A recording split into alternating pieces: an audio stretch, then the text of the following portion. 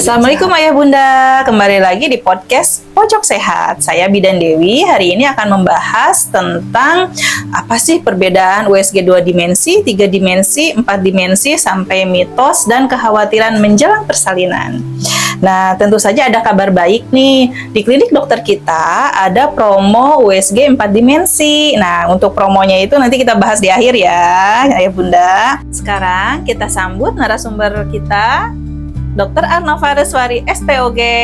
Assalamualaikum, Dok. Waalaikumsalam, Apa kabar nih, Dok? Sehat. Alhamdulillah, Dok, di tengah kesibukannya udah bisa menyempatkan untuk mengisi podcast di acara ini ya, Dok ya. Turnuhun. Ya, Oke, mungkin kita mulai aja ya, Dok ya, ke sesi pertanyaan.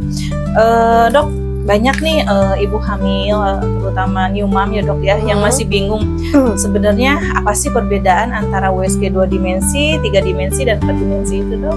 Nah, baik, untuk mom semua yang di rumah, jadi sebenarnya untuk pemeriksaan janin ya, kesejahteraan janin itu memang ada jenis USG 2 dimensi, 3 dimensi, bahkan 4 dimensi.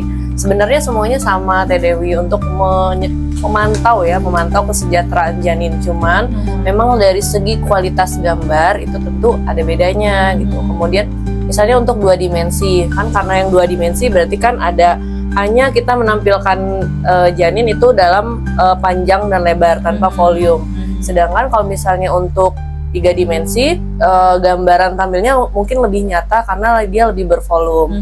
Nah, untuk khusus 4 dimensi, biasanya dia bisa live. Jadi memang kita memperlihatkan bagaimana nih kondisi dede bayi yang di perut pada saat USG dilakukan. Jadi mungkin memang kalau dari segi gambaran atau kualitas gambar, moms akan lebih gampang untuk biasanya dokter obgynnya menceritakan ya, oh ini ibu udah ada wajahnya, kemudian juga ada tulang hidungnya, jadi memang lebih terlihat kualitasnya lebih bagus. Namun sebenarnya baik 2 dimensi, 3 dimensi atau 4 dimensi, memang tujuannya sama Teh Dewi. Kita akan memantau bagaimana kondisi janinnya, kemudian untuk kita mengetahui berat badan saat ini, kemudian juga usia kehamilan, berikut juga taksiran persalinan, kondisi plasenta, dan juga cairan ketuban. Tuh.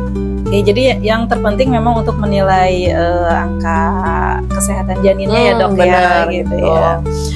Tapi kalau untuk 4 dimensi kayaknya ibu-ibu lebih seneng ya, Dok ya, karena kan live gitu ya. Kayak misalkan dedenya lagi ngemut jarinya, atau pernah ada juga yang katanya senyum ke ibunya melalui gambaran ya, Dok ya.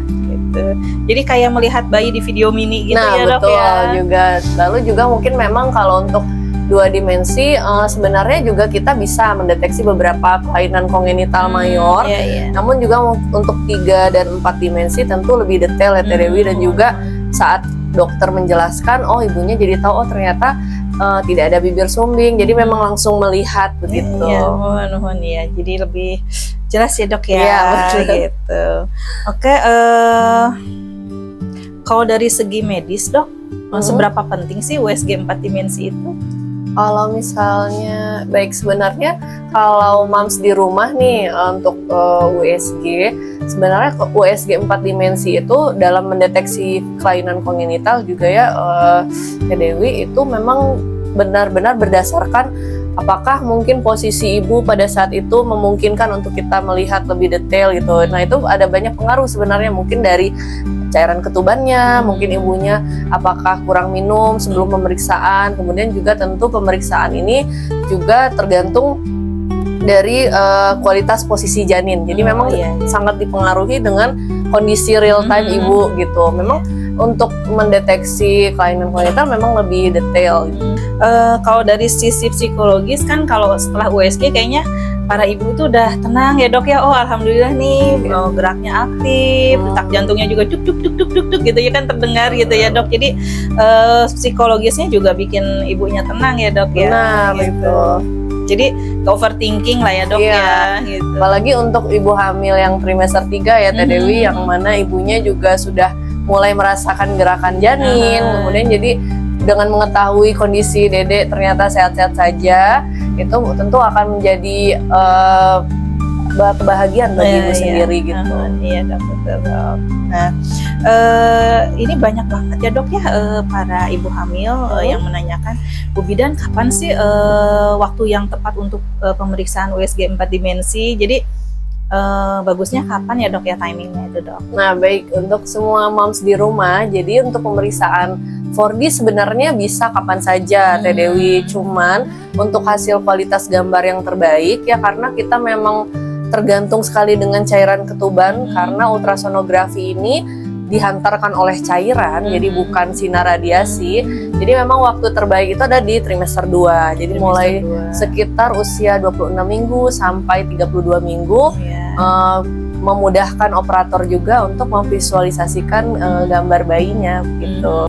Oke, jadi memang ada waktu yang tepat ya dok ya untuk mendapatkan gambar yang terbaik gitu ya dok ya. Jadi kalau misalnya memang sudah trimester 3, apalagi janinnya sudah cukup besar, mungkin akan tidak terlalu maksimal hasilnya. Bisa, tapi tidak menampilkan visualisasi gambar yang cukup bagus gitu. Oke, mungkin kita geser ke segi yang kan suka ada ibu hamil yang panik gitu ya dok ya. Kok gerakan janin saya berkurang nih gitu. Nah, itu waktu yang tepat untuk melakukan USG kapan tuh dok? Apakah segera atau gimana? Baik, jadi memang untuk gerakan janin awalnya kan memang bisa dideteksi ya Teh dari sejak trimester 2 sekitar usia 20-22 minggu. Namun pada trimester 3 memang kita harus pantau nih gerakan gitu. Jadi memang janin itu bergerak kurang lebih ada gerakan selama beberapa gerakan itu per 2 jam kalau kita memantaunya pada trimester kedua. Nah bila ibu merasakan kok kurang ya gerakannya gitu, kemudian juga dedenya cenderung diam, apakah dia tidur gitu ya. Jadi biasanya kita akan warning sign nih ke ibu bahwa kalau misalnya memang 2 jam tidak ada gerakan, jadi bukan cegukan nih Teh Dewi, karena beda. Kalau cegukan kan kadang dedenya bergerak-gerak gitu, tapi kalau misalnya gerakan memang terasa perubahan gerakan. Maka kalau misalnya lebih dari 2 jam, ibu bisa yang pertama ibu bisa minum yang manis dulu, kemudian ibu istirahat. Namun apabila memang masih dirasa kurang, memang sebaiknya segera gitu. Segera kita lakukan pemeriksaan baik oleh Bu Bidan ataupun oleh dokter Objin, dan nanti kita akan konfirmasi dengan USG. Oke. Jadi sangat penting ya dok ya untuk kepekaan seorang ibu untuk menilai gerak janin tersebut ya dok. Betul.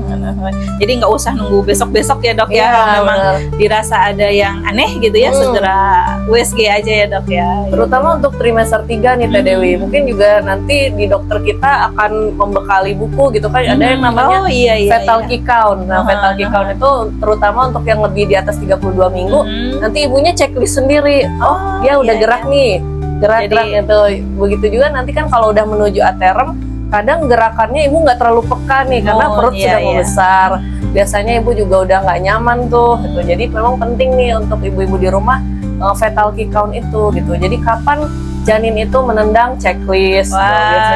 Biasanya ada tuh di Bu Bidan. Jadi masukan ya dok ya. Benar gitu. Jadi nanti dibekelin kalau misalnya ibu udah cukup bulan kira-kira, kita pantau, ibu nanti di checklist ya kalau misalnya ada gerakan gitu. Kemudian kapan nih tanda-tanda bahayanya, terutama memang ketika ibu tidak merasakan gitu ya gerakan. Jadi jangan ditunggu misalnya sampai besok, karena itu ada suatu kegawat daruratan juga nih gitu. Meskipun itu sifatnya cukup subjektif juga gitu. Iya, jadi biar lebih tenang segera periksa aja. Segera saja. Nah, mungkin sekarang saya beralih ke mitos atau fakta nih dok ya yang sering beredar di ibu hamil. Mungkin nanti kalau misalkan mitos, dokter boleh tunjukkan ke kamera mitos. Kalau memang fakta, mungkin dokter bisa tunjukkan ke kamera fakta ya dok ya. Punten dok. Silakan. Ini mitos atau fakta? Iya.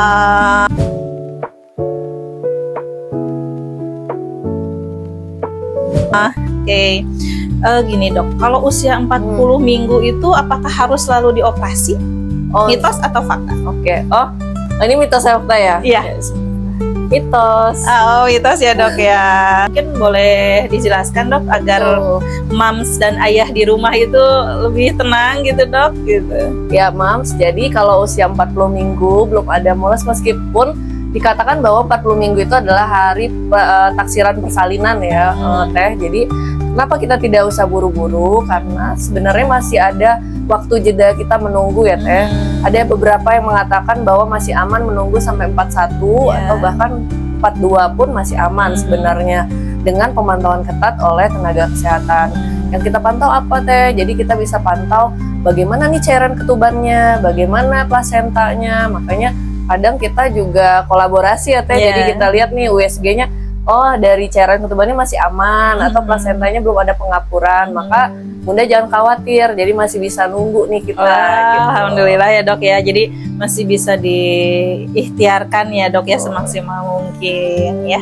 Nah untuk yang selanjutnya, kalau USG terlalu sering itu bahaya atau tidak Dok? Mitos atau fakta? Oke, mitos atau fakta ya. USG terlalu sering adalah mitos. Wah, Jadi mitos ternyata USG ya. itu adalah alat pemeriksaan kesejahteraan janin yang paling aman nih Teh, karena tadi USG itu memeriksa visualisasi janin adalah berdasarkan gelombang dari cairan, yaitu dalam artian cairan ketuban gitu ya. Jadi memang ini sangat aman ya untuk ibu hamil. Jadi biasanya kita juga setiap pemeriksaan ANC ya kita sarankan USG gitu. Oke, jadi memang tidak pakai X-ray ya Bunda, Iya, betul. tapi menangkap dari gelombangnya itu ya Dok ya. Oke, untuk selanjutnya, kalau bayi diem terus itu sebenarnya lagi tidur atau enggak ya Dok ya? Mitos atau fakta? Oke, jadi kalau misalnya diem terus ya, sebenarnya kalau bayi diem terus itu pertama kita ini mitos atau fakta ya. Jadi ini bisa mitos bisa fakta nih tadi. Iya. Jadi memang bayi itu emang ada momen tidurnya dalam beberapa menit, sekitar 20 menitan, tapi apabila dia diam terlalu lama itu tadi kita harus waspada tanda kegawat daruratan. Iya. Terus peka ya Dok ya. Jadi biasanya pemantauannya dalam 2 jam paling lama. Bayi itu harus wajib bergerak gitu, terutama untuk bayi di trimester 3 gitu. Oke, iya. Kalau dulu saya pernah ini Dok, jadi kalau menghitung gerakan janin itu kan suka lupa ya Dok ya. Jadi kata dokter gini, sediain aja Bu katanya gelang 10 atau 12, kalau gerak pindahin katanya. Kalau gerak pindahin, nanti kalau gelangnya habis berarti sudah mencukupi geraknya katanya benar-benar ya. Jadi ada 10 gerakan gitu dalam 1 hari penuh. 10 ya Dok ya. Jadi 1 hari itu berarti 12 jam ya Dok ya? Iya betul, sekitar itu. Jadi memang pemantauan yang per 2 jam itu yang wajib. Oke, iya. Untuk selanjutnya sebenarnya USG 4 dimensi itu sekedar lucu-lucuan, mitos atau fakta? Oh iya, USG 4 dimensi apakah lucu-lucuan saja? Mitos. Oh, mitos ya Dok. Jadi meskipun kebanyakan kan para moms biasanya memfoto wajahnya ya Teh, gitu. Tapi itu sebenarnya adalah bukan itu tujuan kita ya. Jadi dari dokter Objin pun biasanya dengan USG 4D itu memudahkan kita untuk mendeteksi beberapa kelainan kongenital gitu. Salah satunya biasanya memang lebih terlihat jelas. Kemudian juga tentu dia sama sepertinya dengan USG yang lainnya, yaitu memantau juga bagaimana kondisi bayi, kondisi plasenta, kemudian kondisi tali pusat dan juga cairan ketuban. Gitu. Sama ini Dok, kadang kan kalau misalkan ada liritan gitu ya Dok ya, sebenarnya bayi merasa tercekek nggak sih Dok? Mitos atau fakta nih Dok?